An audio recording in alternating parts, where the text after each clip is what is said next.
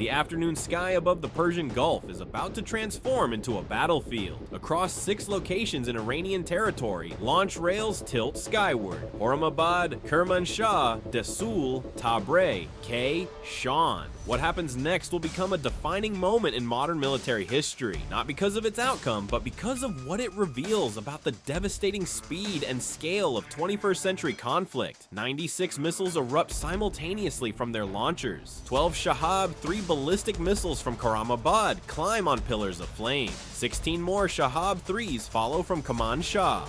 Dez Fool contributes 12 low-flying Samar cruise missiles designed to evade radar. Tabrari launches 8 massive Horamshire ballistic missiles. KM adds 16 IMAD precision weapons. SMAN deploys 12 advanced Khyber Shikan missiles. This is no limited strike. This is everything Iran has prepared for. A saturation attack designed to overwhelm American defenses through sheer volume and tactical diversity. The target is Udeid Air Base in Qatar, the beating heart of U.S. Central Command operations, housing 11,000 American personnel, squadrons of F-15 Strike Eagles, F-35 stealth fighters, and B-52 Stratofortress bombers. This isn't just a military installation, it's the nerve center coordinating American power projection across the entire Middle East. 4 seconds. That's how long it takes for U.S. Space Force satellites to detect the thermal signatures. Infrared sensors positioned 22,000 meters above Earth register the heat blooms, calculate trajectories, and transmit encrypted warnings. Before Iranian launch crews finish their post-launch checks, American defensive networks are already processing threat data and activating countermeasures. The Al-Udeid sirens shatter the afternoon quiet. Incoming ballistic missiles. All personnel to hardened shelters. This is not a drill. 11,000 people have minutes to reach safety. Aircraft worth hundreds of millions are pushed into reinforced hangars. Underground bunkers are sealed shut, but defensive weapon crews are running toward their systems, not away from danger. The defensive architecture surrounding Al-Udeid represents decades of technological development and billions in investment. 4 Patriot missile batteries ring the perimeter. 2 THAAD systems provide high-altitude interception capability. 6 cram point defense weapons stand ready to create walls of anti-aircraft fire. This is the most heavily defended position in the theater of operations. Iranian planners knew this. They simply bet that 96 missiles would be enough to overwhelm it. The first Patriot interceptor launches with a thunderous roar, its solid rocket motor accelerating the weapon past Mach 5. 3 seconds later, another follows, then 2 more. Within 90 seconds, the sky fills with interceptor trails racing upward to meet the descending Iranian barrage. The engagement unfolds with mechanical precision. Radar systems track, fire control computers calculate intercept solutions. Launch commands execute automatically at 31 kilometers altitude. The first interception occurs. An Iranian Shahab 3 traveling at Mach 7 during its terminal descent simply disintegrates as a Patriot interceptor finds its target. The radar signature vanishes instantly. There's no dramatic explosion, just the efficient negation of the threat. But with 96 missiles in play, the tracking systems are severely challenged. For critical seconds, the defensive systems are pushed to their operational limits. Iranian planners designed this saturation attack specifically to exploit these brief gaps. 3 missiles, 2 Shahab 3s, and 1 IMAD managed to slip through the Patriot engagement envelope. The THAAD systems engage next. Their kinetic kill vehicles don't carry explosive warheads.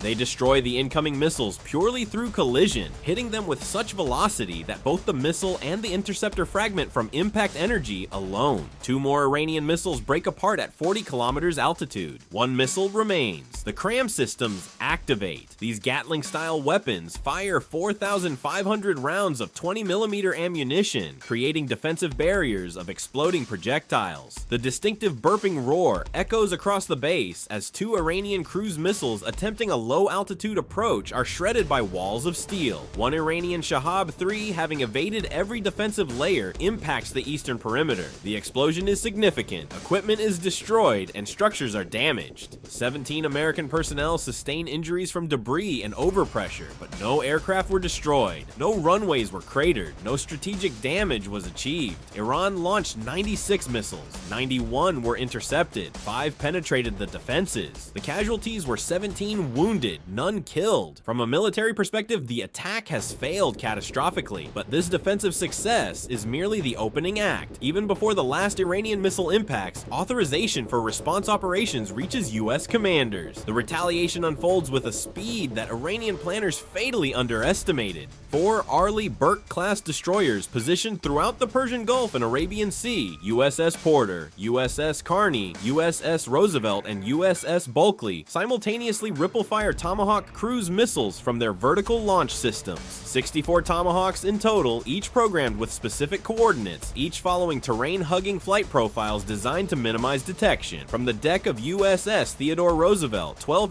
FA, 18E Super Hornets launch in rapid succession. Their twin engines push them to supersonic speeds within seconds. Mission parameters are clear. Destroy the Iranian launch facilities at Karamabad and Cayman. Each aircraft carries precision-guided munitions capable of striking targets with accuracy measured in meters. 4 B-1B Lancer bombers already patrolling international waters receive targeting data and vector toward launch points. These swing-wing supersonic bombers don't need to penetrate Iranian airspace. Their weapons have a standoff range exceeding 500 miles. Each Lancer carries 24 AGM-158 JSUM-ER stealth cruise missiles, 96 missiles in total from 4 aircraft. 2 B-52 Stratofortresses flying from Diego Garcia approach their release points carrying maximum ordnance loads. Their targets include logistics infrastructure and petroleum refineries supporting Iran's missile program. The ancient but formidable bombers house hundreds of GPS-guided bombs in internal bays and external racks. Electronic warfare aircraft EA-18G Growlers cross into Iranian airspace first. Their powerful jamming pods flood Iranian radar frequencies with overwhelming interference. Defense networks that functioned moments earlier suddenly display nothing but static chaos. High-speed anti-radiation missiles follow immediately, homing in on every radar installation attempting to track the incoming strike packages. Within 120 seconds, Iran's early warning network across a 200-kilometer radius falls silent. The precision strikes commence with devastating coordination. At Karamabad, the facility that proudly launched Iran's opening salvo 15 minutes earlier, 18 JSU-MER cruise missiles converge simultaneously. The weapons use terrain-following flight profiles and radar-absorbing materials, rendering them effectively invisible until impact. Mobile launcher vehicles vaporize. Command bunkers collapse. Fuel storage tanks erupt in massive fireballs. Secondary explosions ripple through the complex as stored propellant ignites. Cayman experiences systematic dismantling. 24 Tomahawk cruise missiles, each carrying 1,000-pound warheads, strike the facility's underground structures. These aren't conventional explosives. They're bunker-penetrating weapons designed specifically to defeat reinforced concrete barriers. The missiles punch through multiple meters of overhead protection before detonating, collapsing entire underground storage facilities. The command center, buried beneath layers of concrete and earth, is destroyed by successive strikes that first breach the protective layers, then detonate inside. Desul and Tabrizi facilities face coordinated assaults from carrier-based aviation. 48 FA-18 Super Hornets deliver precision-guided munitions in carefully sequenced attacks. Runways are cratered at precise intervals, rendering them unusable. Hangars collapse under direct hits. Communication towers topple. Fuel depots explode into towering columns of black smoke. But the American response extends far beyond immediate retaliation against launch sites. 12 F-35A Lightning II stealth fighters penetrate deep into Iranian airspace, approaching the industrial facilities at Isfahan and Parchin. These aren't military bases, they're the production centers where Iran's missile program originates. The F-35s carry 96 GBU-53B Stormbreaker precision munitions, small diameter bombs with tri-mode seekers capable of engaging targets using radar, infrared, or laser guidance. The Isfahan missile production facility represents decades of Iranian industrial investment, assembly buildings where missile components are manufactured, testing facilities where guidance systems are calibrated, storage warehouses containing critical parts, and technical expertise developed over years. All of it becomes targets for systematic destruction. The Stormbreakers strike with clinical precision, collapsing factory buildings, destroying specialized equipment that cannot be easily replaced. Parchin receives identical treatment. Every significant structure within the complex absorbs multiple direct hits. Assembly lines are demolished. Testing chambers collapse. The facility that took years to construct ceases to exist as functional infrastructure within 8 minutes of the first strike. The final wave targets logistics and support infrastructure. Two B-52 Stratofortresses, each carrying maximum bomb loads, approached 12 secondary airfields and 8 petroleum refineries identified as supporting the missile program. The resulting bombardment is swift and relentless. The strike delivers 288 GPS-guided munitions. Fuel storage tanks erupt in explosions that register as magnitude 4.0 events on seismographic stations. Airfields are rendered completely inoperable. Runways are destroyed, fuel supplies exhausted, and support facilities reduced to rubble.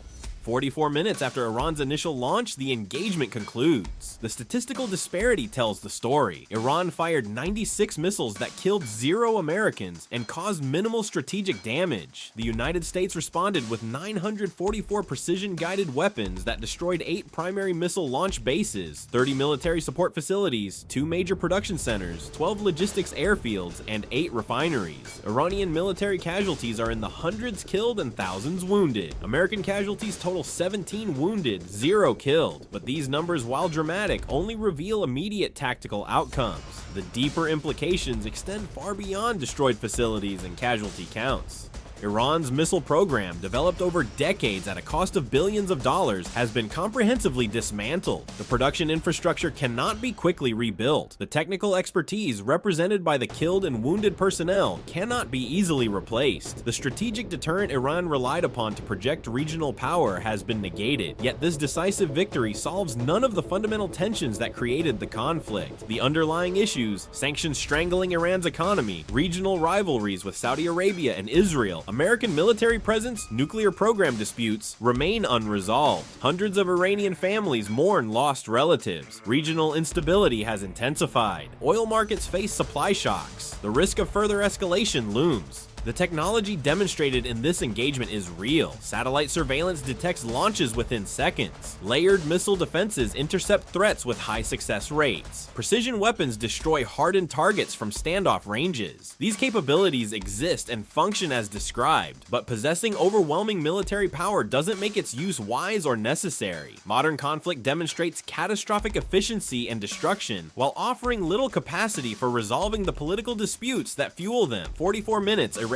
decades of Iranian military development, yet the grievances, fears, and strategic calculations on both sides persist unchanged, now amplified by loss and humiliation. This cycle, military action producing tactical success but strategic ambiguity, has characterized Middle Eastern conflicts for generations. The real lesson isn't about military superiority, but about the limitations of force as a policy tool. Diplomatic engagement, however frustrating and slow, offers pathways to address root causes rather than suppress symptoms. International frameworks provide mechanisms for managing disputes before they escalate to violence. Economic integration creates mutual interest and stability. None of these approaches offers the decisive clarity of military victory, but they provide what force cannot: sustainable solutions to political problems. This scenario, while fictional, reflects genuine capabilities and plausible escalation pathways.